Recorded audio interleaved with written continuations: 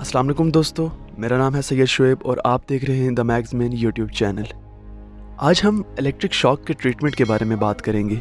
बिजली के झटके से ख़तरा इस बात पर मुनहसर है कि वोल्टेज कितना ज़्यादा है, करंट किस किस्म का है, मुतासरा शख्स की सेहत और उसका इलाज क्या जल्दी किया जा सकता है।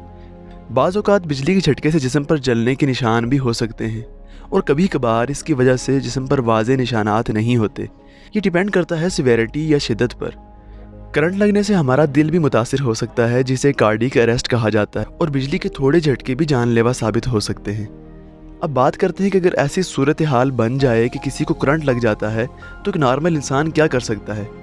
वैसे अमूमी तौर पर ऐसे मरीज़ को देखने के लिए किसी हेल्थ केयर प्रोवाइडर को हर इलाके में होना चाहिए, लेकिन इमरजेंसी की सूरत में हमें ये तदाबीर लाजमी पता होनी चाहिए जिनके बारे में हम बताने वाले हैं।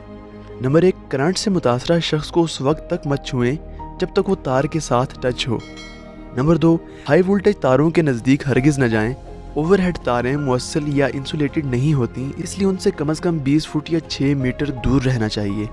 अगर मुमकिन हो तो बिजली का बहाव बंद कर दें और जिस वजह से कोई शख्स करंट से मुतासिर हुआ है उस ऑब्जेक्ट को लकड़ी जो खुश्क हो या रबड़ से मुतासरा शख्स से दूर करें।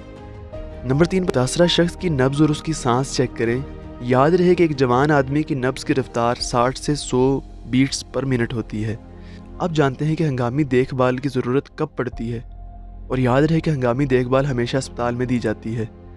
अगर मुतासरा शख्स ज़ख्मी हो, करंट लगने की वजह से जल्द जल जाए या सांस लेने में दुश्वारी हो, दिल के ताल यानी रिदम का मसला हो, कार्डियक अरेस्ट हो, सीजर्स या बेहोशी की हालत हो, तो मरीज़ को फ़ौरन अस्पताल लेकर जाएं।